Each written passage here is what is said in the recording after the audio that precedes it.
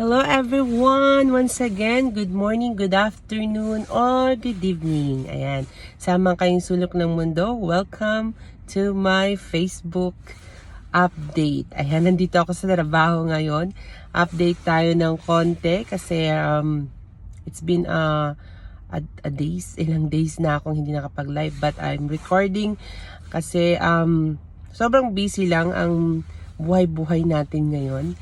Nasa maraming invitation events nating ang inyong lingkod. So, kailangan natin pumunta sa mga events. And of course, yesterday, we have a successful business meeting with my business partners sa Toronto. So, I'm so glad no na meron akong klaseng ganitong side hustle kasi in spite of everything no ginagawa